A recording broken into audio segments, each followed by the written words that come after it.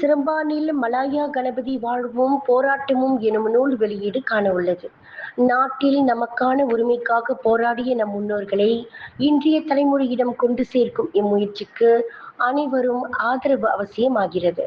இந்நாட்டில் ஆங்கிலேயர்களுக்கு எதிராக போராடி பல இன்னல்களுக்கு ஆளாகி தோட்டத் தொழிலாளர் உரிமைகளை மீட்டதோடு நமக்கான வாழ்வியல் அடையாளங்களையும் மெய்ப்பித்த மலாயா கணபதி, பி. வீரசேனன் உட்பட எண்ணற்ற தொழிற்சங்கவாதிகளையும் போராட்டவாதிகளையும் நினைவு கூறும் இந்நூல் வெளியீடு வெறும் நூல் வெளியீடு மட்டுமல்ல, மாறாக நம் வரலாற்றை அடுத்த தலைமுறையிடம் கொண்டு சேர்க்கும் பெரும் கடமை.